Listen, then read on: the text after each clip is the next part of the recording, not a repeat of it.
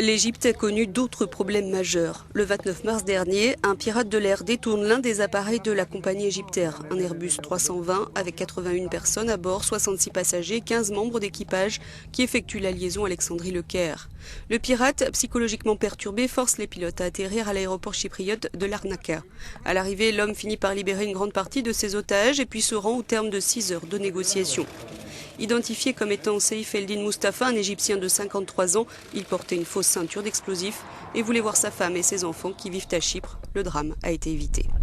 Ce n'est pas le cas le 31 octobre 2015 précisément. Ce jour-là, un A321-200 de la compagnie russe Metrojet explose peu après son décollage de la station balnéaire de Sharm el-Sheikh dans la péninsule du Sinaï, dans le sud-est de l'Égypte. Les 224 occupants de l'appareil sont tués. Les débris de l'avion sont éparpillés sur 15 km. Repérés par satellite, l'épave sera retrouvée près d'Assana. Le jour même, État islamique revendique la responsabilité de l'explosion de l'Airbus.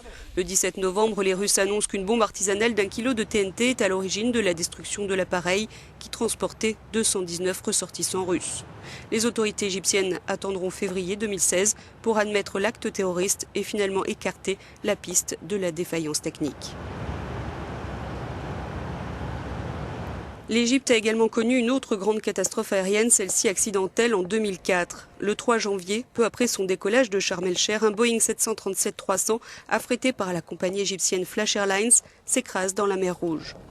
À bord voyagent 148 personnes, dont 135 Français, pour la plupart des touristes. Il n'y a aucun survivant. Après des années de procédure, les causes de l'accident n'ont pas été clairement identifiées. Défaillances techniques et erreurs de pilotage sont citées. Pendant plus d'une décennie, jusqu'à l'attentat de Metrojet, ce fut la pire catastrophe aérienne jamais enregistrée en Égypte.